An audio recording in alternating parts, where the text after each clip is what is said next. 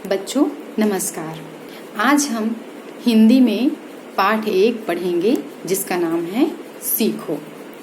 बच्चों, हम अपने माता पिता से, अपने भाई बहनों से, अपने आसपास के लोगों से, अपने शिक्षकों से, अपने दोस्तों से बहुत कुछ सीखते हैं। लेकिन क्या आपको पता है कि आप प्रकृति से भी बहुत कुछ सीख सकते हो? क्या आप जानते हैं कि प्रकृति है क्या? बच्चों, प्रकृति मतलब होता है जल, पृथ्वी, वायु, नदी, झरना, पर्वत, पहाड़, ये सब। तो बच्चों, हम प्रकृति से कैसे और क्या क्या सीख सकते हैं, चलिए ये मैं आपको बताती हूँ। फूलों से नित्य हंसना सीखो। आपने देखा होगा कि फूल हमेशा खिले खिले रहते हैं, खुश लगते हैं। तो बच्चों, फूलों से आप बिल्कुल वैसे ही खुश रहना, हंसना सीख सकते हो। भंवरों से नित्य गाना, अगर आप खुश रहोगे तो आप गुनगुनाओगे। बिल्कुल वैसे ही आप भंवरों से नित्य यानी हमेशा गुनगुनाना सीख सकते हो। तरु की झुकी डालियों से नित्य सीखो शीश झुकाना। तरु मतलब पेड़, वृक्ष। आपने देखा होगा कि जो वृक्ष फल से लदे हुए होते हैं, भारी होते हैं, उनकी डालियां, उनकी शाखाएं नीचे की ओर झुकी होती हैं। तो बच्चों, आप भी पेड़ से शीश झुकाना सीख सकते हैं। शीश झुकाने का मतलब है कि विनम्र रहिए, अपने बड़ों के आगे आप विनम्रता से बात करिए, झुक कर बात करिए, उन्हें आदर कीजिए। सीख हवा के झोंकों से लो हिलना जगत हिलाना, मतलब हवा के झोंके से हम हवा से ये सीख सकते हैं कि हमें हिलते डुलते रहना चाहिए, मतलब कि हमें कुछ करते रहना चाहिए, हमें हर वक्त आराम नहीं करना चाहिए, हमें मेहनत करते रहना चाहिए। अब है दूध और पानी से सीखो मिलना और मिलाना। बच्चों, आप कभी पानी और दूध को एक साथ मिलाकर देखिएगा। पानी और दूध आपस में इस तरह मिल जाते हैं कि बिल्कुल भी पता नहीं चलता है और फिर उन्हें अलग नहीं किया जा सकता है। तो आप दूध और पानी से आपस में मिलके रहना सीख सकते हैं। सूरज की किरणों से सीखो जगना और जगाना। जी हाँ, आप देखते होंगे कि सूरज हमेशा बिल्कुल करेक्ट टाइम पर उगता है और करेक्ट टाइम पर सूरज डूबता है। तो बच्चों, आप सूरज से बिल्कुल समय पर उठना सीख सकते हो। लता और पेड़ों से सीखो सबको गले लगाना। लता मतलब बेल यानी कि नार, जिसको आप लोग नार कहते हो। आपने देखा होगा कि जो लता होती है वो पेड़ से बिल्कुल चिपक गई होती है, लिपटी हुई होती है। तो बिल्कुल लता और पेड़ों से आप आपस में मिलकर रहना सीखिए, गले लगाना सीखिए। मतलब कि जैसे कि आपके कोई दुश्मन है, आपके कोई जिससे आपकी लड़ाई हो जाती है, तो आप क्या करते हैं, उन्हें माफ करते हैं? नहीं करते हैं ना, गुस्से हो जाते हैं। नहीं, आपको लता और पेड़ों से सीखना चाहिए कि कैसे आपको अपने दुश्मनों को भी गले लगाना है, उन्हें माफ करना है। वर्षा की बूंदों से सीखो सबसे प्रेम बढ़ाना। बच्चों, जैसे आपने देखा होगा कि जो बारिश की बूंदें होती हैं, वर्षा की बूंदें मतलब बारिश की बूंदें, तो जो बारिश की बूंदें होती हैं, वर्षा की बूंदें होती हैं, वो हर जगह समान गिरती हैं, सबको जीवन देती हैं और इसीलिए फिर फसल होता है, हम सब फसल होता है तो हम सब खाना खा पाते हैं। तो वैसे ही वर्षा की बूंदों से आप सीखिए कि आपको सबसे कैसे प्रेम करना है, बिल्कुल किसी से भेदभाव नहीं करना है।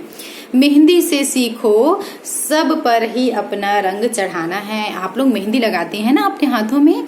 जी हाँ, मैं वही मेहंदी की बात कर रही हूँ। मेहंदी से हम सीख सकते हैं कि कैसे दूसरों पे अपना रंग चढ़ा सकते हैं। रंग चढ़ाने का मतलब है कि आपको दूसरों पर अपना प्रभाव बनाना है, मतलब कुछ ऐसा काम करिए कि लोग आपकी प्रशंसा करें, आपको पसंद करें। चलिए अब मैं आपको आगे समझाती हूँ। मछली से सीखो स्वदेश के लिए तड़प कर मरना। स्वदेश, स्वदेश मतलब होता है अपना देश, अपना वतन। तो बच्चों, मछली का देश क्या है? मछली का देश है पानी। आपने देखा होगा कि मछली को जब पानी से अलग किया जाता है तो मछली मर जाती है। सोचो, उसे अपने देश से इतना प्यार है, इसीलिए कहते हैं कि मछली से सीखो स्वदेश से प्यार करना। पतझड़ के पेड़ों से सीखो दुख में धीरज धरना। दोस्तों, बच्चों, आपने देखा होगा कि पतझड़ के मौसम में पेड़ से सारे पत्ते गिर जाते हैं और फिर पेड़ सूखा रह जाता है, केवल टहनियाँ बची रहती हैं, पत्ते नहीं रहते हैं। लेकिन आपने देखा होगा कि पेड़ घबराता है? नहीं घबराता है।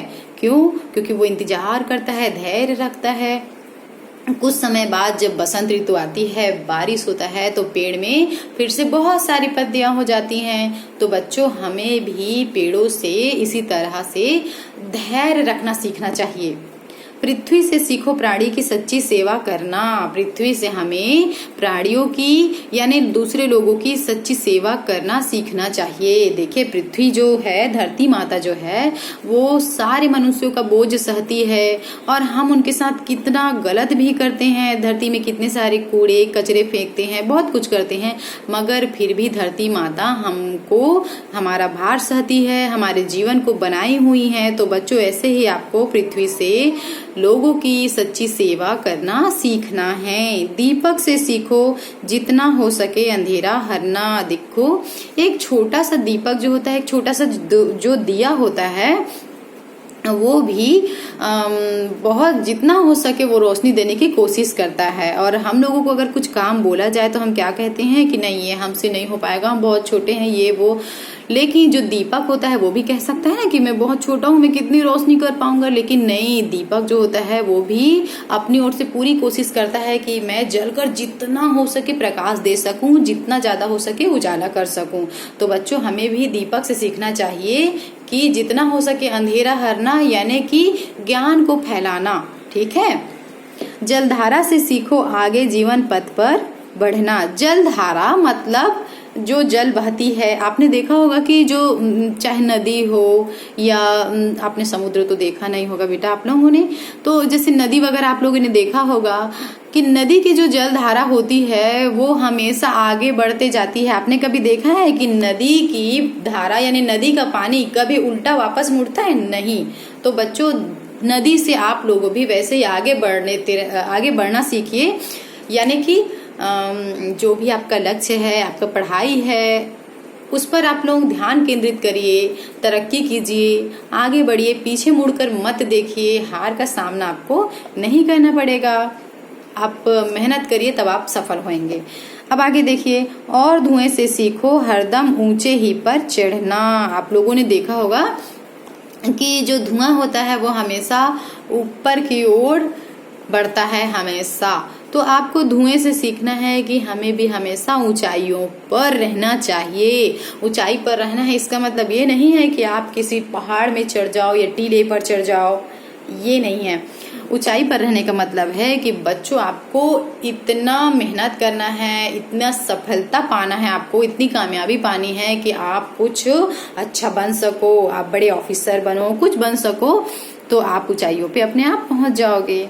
ठीक है बच्चों, अब मैं अगले वीडियो में आपको इसे गाकर बताऊंगी।